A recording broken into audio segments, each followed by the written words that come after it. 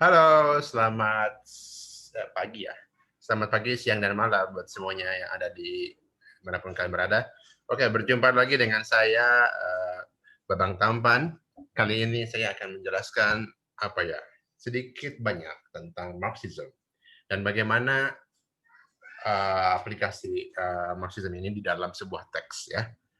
Saya yakin banyak dari kalian mungkin tidak akan mendengarkan YouTube saya. So, check this out. Oke. Jadi pada dasarnya ketika kalian memahami Marxism ini itu kalian akan melihat dunia dengan pandangan yang berbeda ya sebetulnya. Oh ya BTW kalau kalian misalkan ada yang bilang Pak Marxism kan teorinya teori orang-orang ateis, komunis dan lain-lain. Slow guys, kita nggak akan ngebahas yang itunya ya. Kita hanya akan membahas bagaimana Marxism ini berlaku di sebuah sastra atau di karya. Jadi cara menganalisa sastra menggunakan kajian Marxism seperti itu ya. So don't worry. Oke. Nah, sebelum kita masuk ke Marxism, kalian pasti sering mendengar istilah kapitalisme, betul? Ya, itu kan sering muncul di media, dimanapun, apalagi sekarang kan gitu, makin banyak banget orang-orang yang curhat-curhat di pinggir jalan, apa tuh graffiti yang tulisannya kayak capitalism is dead, apalah gitu ya. Nah, apa sih sebetulnya dari makna dasar kapitalis itu sendiri ya, atau kapitalisme itu sendiri? Intinya kalau kalau ngomongin yang ism-ism gitu berarti itu adalah sebuah ideologi atau pemikiran ya. So keep that in mind. Kapitalisme jadi sebuah ekonomi politik adalah sebuah sistem politik dan ekonomi yang dimana dikontrol ya oleh perorangan gitu. Jadi kalau di kita kan memang masih kapitalis ya. Contohnya kalau kalian misalkan pergi ke daerah tertentu itu kan suka ada ini apa tuh yang oh ini punya tempat itu punya siapa oh itu punya ini jadi kalau kalian pergi ke satu tempat di Makassar contoh tuh atau dimanapun itu kalau kalian perhatikan itu ada ya jadi si tempat itu gedung tempat terus kayak apa ya semua lahan-lahan lainnya itu milik perorangan nah itu salah satu bentuk nyata dari sebuah produk kapitalisme ya gitu. Jadi kalau keuangannya dikelola oleh perorangan, bukan oleh negara. Kayak negara-negara komunis kan dikelola oleh negara tuh. Nah, kalau yang negara-negara kapitalis kayak di kita, kayak di US itu kan orang-orang tertentu yang kaya gitu. Mulai paham nggak? Oke. Kita langsung aja ya supaya lebih paham kita akan move on terlebih dahulu. Yang ada di belakang kalian atau ada yang di belakang gambar ini adalah bendera apa itu? Betul, bendera Yunani ya. Bukanlah bendera itu Amerika tuh. Ya. Siapa yang menguasai Amerika? Ada yang tahu? Oke. Nah ini bukan ini si Bapak ngomongin apa tuh apa tuh? Apa sih yang ngomongin? Ngomongin teori konstipasi. Oh, bukan, bukan. Ini memang mereka ini adalah salah satu pionir atau bukan pionir apa ya? Memang pionir dikatakan iya, iya, iya. Kayak um, orang kayaknya lah ya, orang kaya yang simbol dari Amerika tuh ya kedua orang ini, Rockefeller dan dibacanya apa tuh ya? Rothschild. Ya, pokoknya itulah ya. Nah, mereka ini adalah itu tadi ya contoh bukti bahwa kapitalis itu sangat nyata gitu adanya ya dan memang ini tergantung negara masing-masing mau mereka mau negaranya pahami kayak gimana pun ya itu keputusan mereka sendiri kan ya nah yang saya tekankan di sini adalah bagaimana kapitalis ini memproduksi beberapa orang-orang kaya gitu aja sih intinya mah ya terus Nah, di sini yang muncul dari kapitalisme dalam sebuah negara itu adalah adanya modern work. Modern work itu ya kayak gini, kerja di cubicle. Apa tuh cubicle tuh? Ya cubicle ya, jadi kayak disekat-sekat gitu. Kita hanya fokus kepada pekerjaan kita gitu kan. We don't even care people around us gitu ya. Jadi we only focus on what we do ya, gitu aja. Dan itu adalah sebuah problem baru dalam dunia kita sebetulnya ya, karena pada dasarnya kita makhluk sosial yang butuh apa ya, komunikasi gitu ya. Tapi kalau dengan adanya seperti ini ya sulit ya, sulit banget itu untuk komunikasi, untuk bisa berbincang dengan teman. Bisa, cuman kan tetap aja ada jam kerjanya dan lain-lain. Nah, ya karena membuat kita terasing, like I said before, ya modern work seperti ini itu ya memang sulit untuk kita menjadi familiar dengan sesama teman kita dan lain-lain gitu ya. Which is nggak semuanya entirely true gitu ya. Mungkin ada sebagian yang nggak pas emang bisa aja gitu ya. Mungkin memang cuman pada dasarnya secara keseluruhan gitu. Seperti itu. Nah, modern work membuat kita merasa gelisah. Why? Lihat di kanan. Apa itu? Traktor or whatever that is. Dan di kiri itu ada bunch of ladies apa tuh ngambil petik itu ya buat kapas kalau nggak salah ya. Nah, yang namanya modern work ini kalian bisa googling lah itu apa itu modern work gitu ya. Jadi modern work kayak gini ya. Jadi yang namanya modern work ini itu bisa tergantikan oleh barang atau teknologi. Kalian lihat sekarang pabrik-pabrik penuh dengan orang ya. In 10 years from now, banyak orang yang mungkin akan di-PHK. Kenapa? Karena sudah banyak apa ya, fungsi-fungsi yang sudah bisa dialihkan atau apa ya, banyak fungsi-fungsi yang dulunya itu dilakukan oleh manusia, kini dilakukan oleh para robot-robot atau mesin-mesin, ya kan? Seperti ini tuh. Ini kan ibu-ibu yang metik berapa orang tuh banyak ya. Sedangkan ini yang mengendarainya cuma 1 orang kan, yang memetik kapas itu. Jadi lebih efisien ya, lebih mengurangi orang ya, which is mengurangi pendapatan mayoritas penduduk seperti itu ya. Makanya si modern work ini pada kesimpulannya akan mungkin berkurang berkurang berkurang. Basically semua pekerjaan pun seperti itu ya kayaknya ya. Ya katanya kan ada sekolah itu makin sini makin berkurang karena apa tuh adanya teknologi membuat sekolah itu ya bisa digantikan dengan aplikasi dan lain-lain. Cuman ya brace yourself lah istilahnya ya. Apalagi yang bekerja di bagian ini ya di modern work ini. Oke, ya intinya we are replaceable. Ya kita itu tergantikan. Nah ini ngomongin tadi kapitalis kan, selain kapitalis itu misalnya ada suara motor, mobil, dan lain-lain suara-suara lainnya ya. Maaf ya, maklum di kampung. Oke, workers get paid little while capitalists get rich. Ini bukan game, ya get rich. Oke, jadi gini guys, yang namanya pekerja gitu di dalam sebuah sistem kapitalis ini itu yang kerja itu semakin apa ya? Yang kerja itu digaji dikit, yang kapitalisnya itu akan mendapatkan profit yang lebih besar. Lihat aja nih piramid dari kapitalis sistem gitu ya. Aduh, sorry. Nah, kapitalis yang paling atas tuh uang gitu kan. Duh, kan ada tumpukan uang tuh kapitalis seperti itu. Yang di bawahnya itu ada siapa aja tuh? Government ya atau mungkin orang-orang yang siapa ya? Government lah ya. We rule you. Jadi government atau siapa tuh presiden atau perdana menteri ya, siapapun itu. Di bawahnya lagi ada siapa? Pemuka agama ya. We fool you. Katanya gitu. Ya mungkin kan ada beberapa agama yang mungkin apa ya, harus mewajibkan orang-orangnya bukan ini ya. Jadi yang namanya apa tuh sumbangan itu kan seridonya ya. Tapi kan ada juga yang enggak. Ada yang misalkan ini sumbangan untuk tempat ibadah gitu kan. Tapi diwajibkan. Jadi bukan sumbangan ya sebetulnya ya. Nah, itu banyak itu yang dapat apa ya? Pajak untuk sumbangan acara peribadatan atau tempat peribadatan seperti itu ya. Nah, di bawahnya itu ada siapa lagi tuh?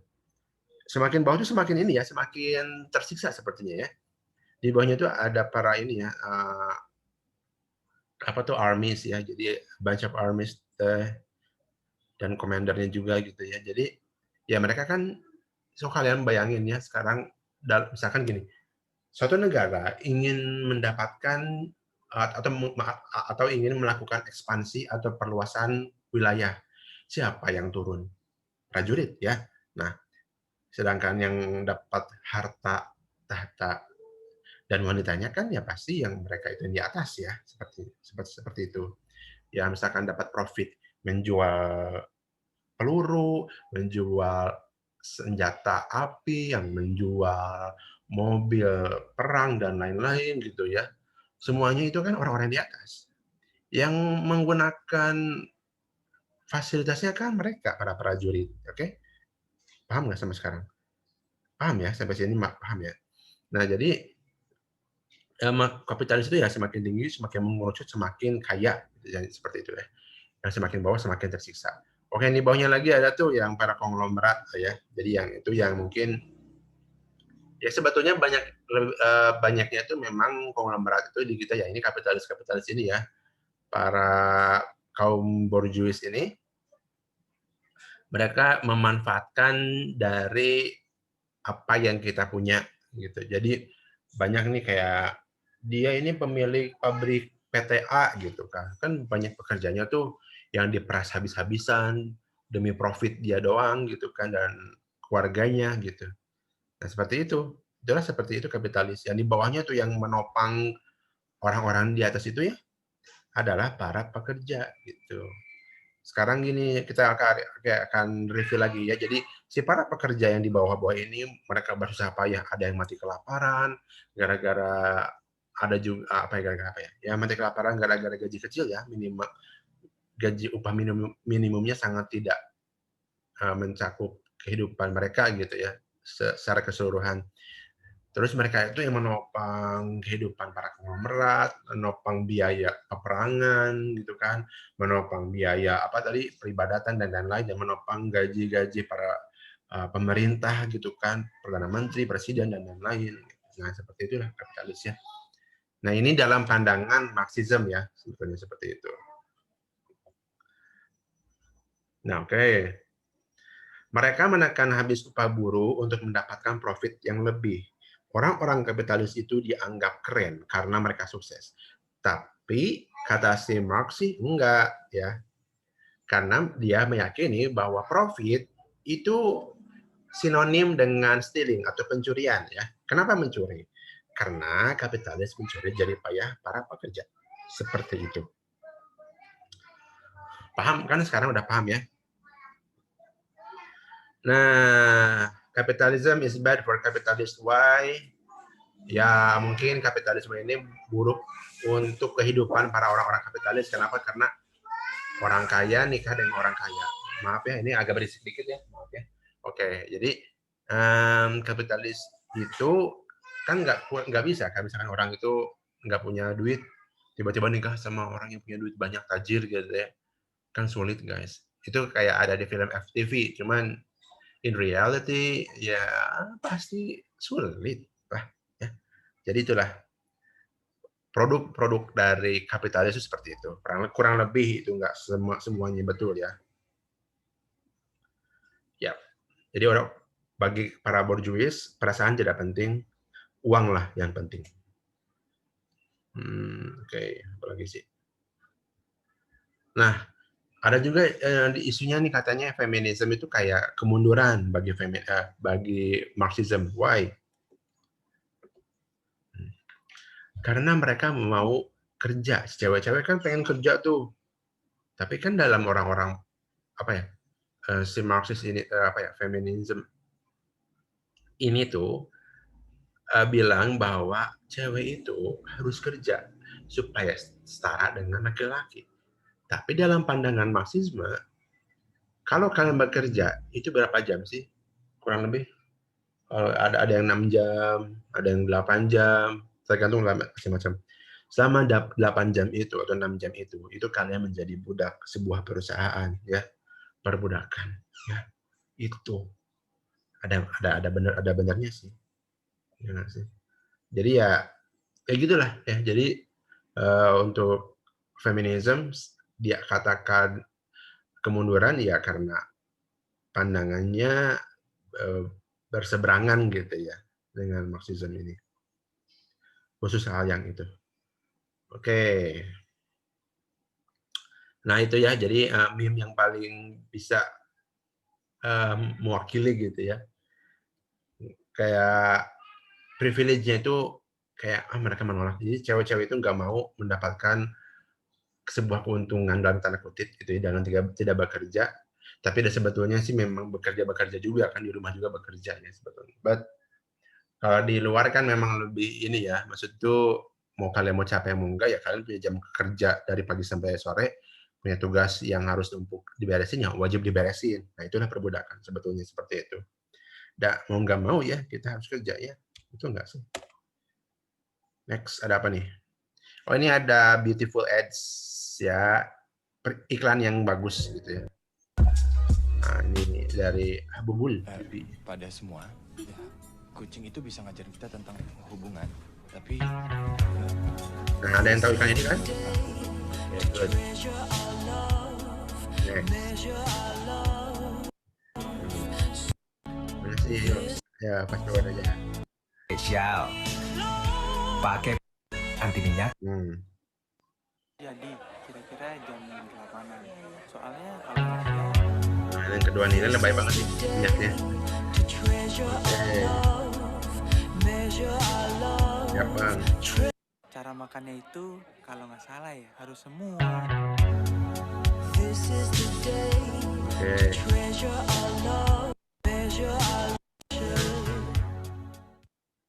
Kembali lagi bersama Sport News dengan komentator handal kita, Bung Andi.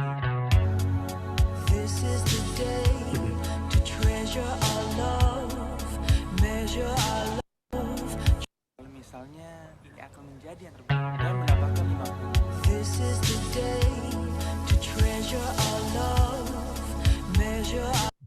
Oke guys, jadi dari advertisement ini apa yang bisa kalian ambil? Ya, jadi pada dasarnya kalau kalian punya wajah berminyak itu nggak cool, nggak keren. Nah itu adalah sebuah produk dari sebuah apa ya? Bukan sebuah ini ya, bukan sebuah sistem kapitalis. Memang pada dasarnya ya semuanya pasti seperti itu ya. Jadi mau nggak mau ya apa ya gimana yang ngomongnya. Pokoknya intinya ketika kalian melihat hal ini sebagai acuan dalam hidup kalian, misalnya gini, ini kan bilang kulitnya berminyak tuh dan dianggap nggak keren. Padahal misalkan kalian memang udah berminyak dari kecil gitu kan kulitnya teh. Dan dengan lihat iklan ini orang-orang akan menilai Anda. Berminyak nih, pakai ini deh. Sebetulnya kalau bayangkan jika iklan ini tidak ada, apakah berminyak menjadi masalah? Enggak kan? Tapi dengan adanya iklan tersebut yang memberikan ide kepada kita, knowledge atau insight kepada kita bahwa being oily is not cool. So you have to buy this thing. Gitu kan ya. Belilah produk ini supaya tidak berminyak. Atau let's say sekarang ada iklan yang anti banget untuk lihat apa ya, memperlihatkan cewek yang memiliki bulu kaki gitu. Nah, bulu kaki di cewek itu nggak cool guys, so buy this thing. Jadi adanya hal-hal seperti itu atau bahkan gini aja deh, jangan jauh-jauh. Ketika ini nggak sih kalian merasa nggak dari kecil itu ditanamkan ide bahwa orang bule itu pintar, orang bule itu superior dan lain-lain. Itu adalah produk dari kapitalis gitu ya. Jadi yang namanya hal-hal seperti itu adalah sebuah produk ya. Di mana ketika kalian mengikuti hal tersebut, maka akan meningkatkan profit atau keuntungan si orang-orang kapitalisnya. Ya nggak sih? Kalian mikir kayak gitu ya, otomatis kalian akan beli produknya kan, gitu. iPhone, it's cool, right? Kan lihat di orang-orang itu kan branding dan lain-lainnya dengan hebat gitu ya. Ya akhirnya kan beli karena because you think it's cool.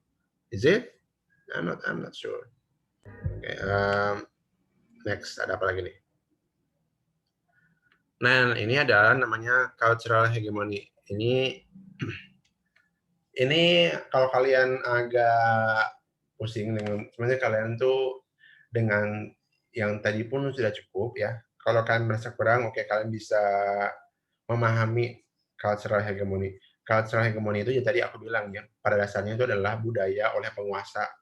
Ya, jadi para orang-orang kaya ya, yang punya iklan tadi itu kan, mereka itu menjadi apa ya, menipu kita gitu dengan penjelasan atau kepercayaan bahwa apa yang mereka yakini itu benar adanya. Sebuah fakta. Kulit berminyak, faktanya adalah nggak keren. Pakailah ini. Rambut ketombean itu nggak keren. Pakailah ini. Atau rambut warna putih itu nggak keren. Pakailah misalkan warna rambut warna hitam dan lain-lain ya. Cewek yang kulitnya putih itu nggak apa ya, sangat ideal. Kulit hitam itu nggak ideal. Dan banyak nilai-nilai yang disematkan dalam pikiran kita yang kita nggak sadar. Dan itu muncul dari iklan-iklan. Jadi iklan itu punya siapa ya? Punya orang kaya. Ya. Kita tuh kayak diberi pedoman sama mereka nggak sih? Oh ini buruk ya, oh ini buruk ya, oh ini buruk, buruk, buruk, buruk, buruk, semuanya buruk. Yang bagus hanyalah apa yang mereka sajikan. Gitu.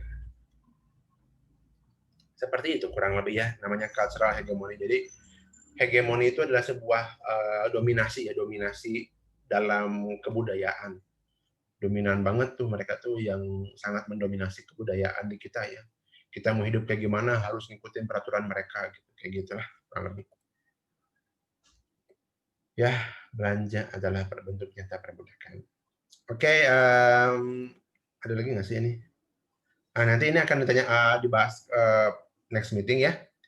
Untuk saat ini udah aja sekian aja. Jika ada pertanyaan bisa kalian lemparkan di grup atau yang lainnya, platform yang lainnya, boleh bebas ya. Thank you for watching. See you. Assalamualaikum.